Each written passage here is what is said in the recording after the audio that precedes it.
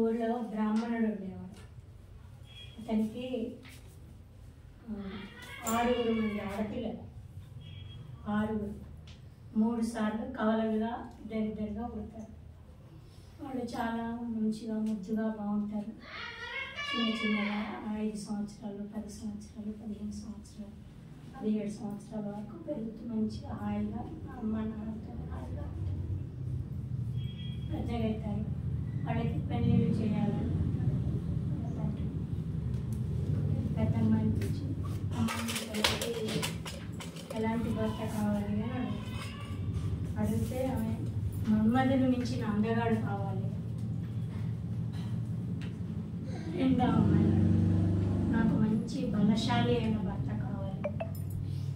మూడో అమ్మాయిని అడుగుతారు నాకు మంచి జ్ఞానవంతుడైన పండితుడు కావాలి. నాలుగో అమ్మాయిని అడుగుతారు నాకు మంచి కీర్తి ప్రతిష్టలు విస్తరించిన భర్త కావాలి. నాలుగో అమ్మాయి.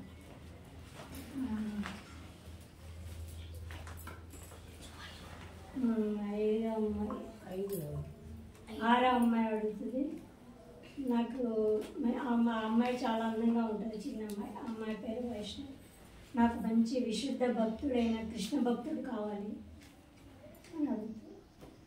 అట్లాగే తండ్రి అందరినీ వెతుకుతాడు.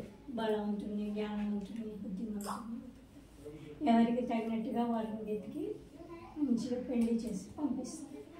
చిన్న అమ్మాయికి మటుకు బీదవాడు దొరుకుతాడు. భక్తుడే కానీ బీదవాడు, డబ్బులు ఉండవు. అమ్మాయిని ఇచ్చి పెళ్లి చేస్తాడు. వాళ్ళందరూ వాళ్ళ ఊర్లోకి వెళ్ళిపోతారు. తండ్రి అనుకుంటాడు పెద్ద అమ్మాయిలు అందరూ మంచిగా స్థిరపడ్డారు, చిన్నమ్మాయి యొక్క బీదవాడని చేసుకుంటూ ఎలా ఉంటుందో ఏమో అని బాధపడుతూ ఉంటాడు. తండ్రి చిన్నమ్మాయి గురించే బాధపడ్డారు. మిగతా వాళ్ళందరూ బాగా వెల్ సెటిల్డ్ అనుకున్నాడు. కానీ ఏమైతుందో చూడండి. బాధపడతాడు.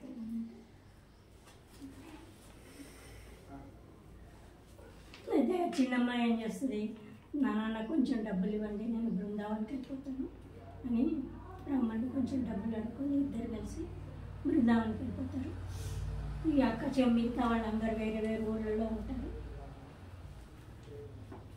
ఒకరోజు పెద్ద భర్త మంచి బలవంతుడు కావాలని కోరుకుంటాడు, మన్మధుడు కావాలని కోరుకుంటాడు. మన్మధుడై మంచిగా అందంగా ఉంటాడు. ఆమెను కాకుండా ఇంకొక అమ్మాయిని పెళ్లి చేసుకొని ఇంటికి తీసుకొచ్చి ఇబ్బంది పెడతాడు. రెండో అమ్మాయి మహాబలశాలి భర్త కావాలని కోరుకుంటాడు. బాగా బలవంతుడు వస్తాడు, మంచిగా ఉంటారు. కొన్ని రోజులకి ఏదో ఒక జబ్బు వస్తుంది. జబ్బు వచ్చి బక్క చిక్కిపోతాడు.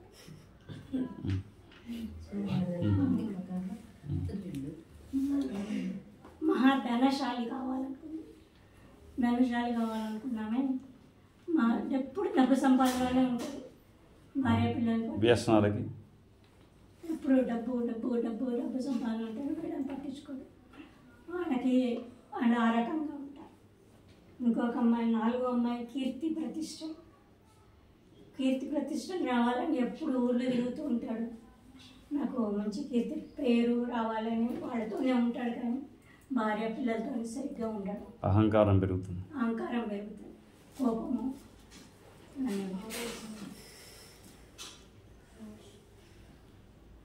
ఇలా 5 రకాలుగా అనుభవిస్తూ ఉంటారు. వాళ్ళు తండ్రి దగ్గరకు వచ్చేసి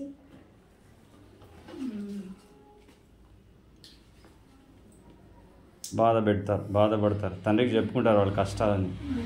తండ్రికి ఇల్లు గడుస్తుంది. కొన్ని రోజుల తర్వాత ఇంట్లోకి వచ్చి ఇదంతా వాళ్ళు తండ్రికి చెప్పుకుంటారు. మా వాడు ఇలా చేస్తున్నాడు, కీర్తి ప్రతిష్టలని, డబ్బు సంపాదన, బలవంతుడని చేసుకుంటే అతను బక్క చిక్కిపోయాడు, ధనవంతుడని చేసుకుంటే అందగాడని చేసుకుంటే వేరే అమ్మాయిని తీసుకొచ్చాడు. ఇలా ఏడుస్తూ 5 అమ్మాయిలు తండ్రి దగ్గరకు వచ్చి ఫోన్ పెట్టుకుంటారు. సరే, తండ్రి బాధపడతాడు. ఒకరోజు అదే ఊరిలో భాగవత శ్రవణం జరుగుతుంది. అందరు రావాలి అని అంటే సరే వీళ్ళు ఒకసారి అక్కడికి పిల్లల్ని కూడా అక్కడ తీసుకుపోదామని బ్రాహ్మణుడు పిల్లల్ని తీసుకుని వెళ్తాడు. అక్కడికి ఒక బ్రాహ్మణుడు వస్తాడు. వచ్చి భాగవత శ్రవణం చేస్తుంటారు. ఆయన భార్య కూడా వస్తుంది. రాజుగారు వారికి సన్మానం చేస్తుంది. వాళ్ళని చూసేసరికి ఈ బ్రాహ్మణుడు ఆశ్చర్యపోతాడు. నా అబ్బాయి ఎక్కడ చూసినట్టు అతడే చిన్న అల్లుడు. ఆ చిన్నమ్మాయి కూడా అక్కడే ఉంటుంది. ఒక కృష్ణ విగ్రహాన్ని తీసుకొస్తారు. దానికి అభిషేకం చేస్తారు, పూలు కట్టారు, అన్నీ చేస్తారు. రాజుగారు వచ్చి వారికి సన్మానం చేస్తారు. ఆ చిన్నమ్మాయిని తండ్రిని గుర్తుపడతాడు. నాన్న పోయి భక్తుడి దగ్గరికి, నాన్న నేను ఇలా ఉన్నాను, ఏంటమ్మా ఇలా ఇంకా ఉన్నారు, నేను ఒక గురువుని ఆశ్రయించాను బృందావనంలో. గురువు ద్వారా నేను భాగవత శ్రవణం చేస్తూ ఇవన్నీ ఊరికి తిరుగుతూ ఇక్కడికి వచ్చాను. నేను హాయిగా ఆనందంగా ఉన్నాను. సో చూడండి, మనం ఎప్పుడైనా ఈ కథ యొక్క నీతి ఏంటో తెలుసా? బాగా డబ్బు ఉన్నవాడు కావాలి, మంచి సెలబ్రిటీ కావాలి, మంచి పాపులర్ ఫిగర్ కావాలి, మంచి పెద్ద పేరు ప్రఖ్యాతులు ఉన్నవాడు కావాలి, ఇవన్నీ కోరుకుంటాం. కానీ కృష్ణుడు నిన్న చెప్పినటువంటి కథలాగానే కృష్ణ భక్తులతో మనం ఎప్పుడైతే ఉంటామో ఆఖరికి నిజంగా మనం జీవితంలో స్ఫూర్తి సంతృప్తిని పొందగలం. ఎందుకంటే మనం భగవంతుడి సేవ ద్వారానే ఆ సంతృప్తి అనేది లభిస్తుంది.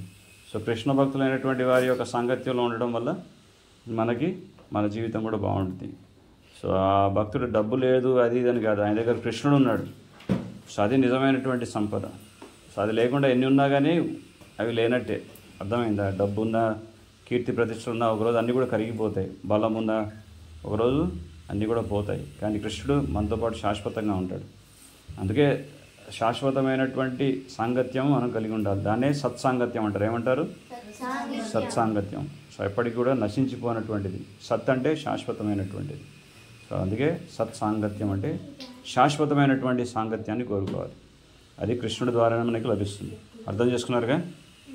హరే కృష్ణ కృష్ణ కృష్ణ హరే హరే, హరే రామ రామ రామ హరే హరే. నెక్స్ట్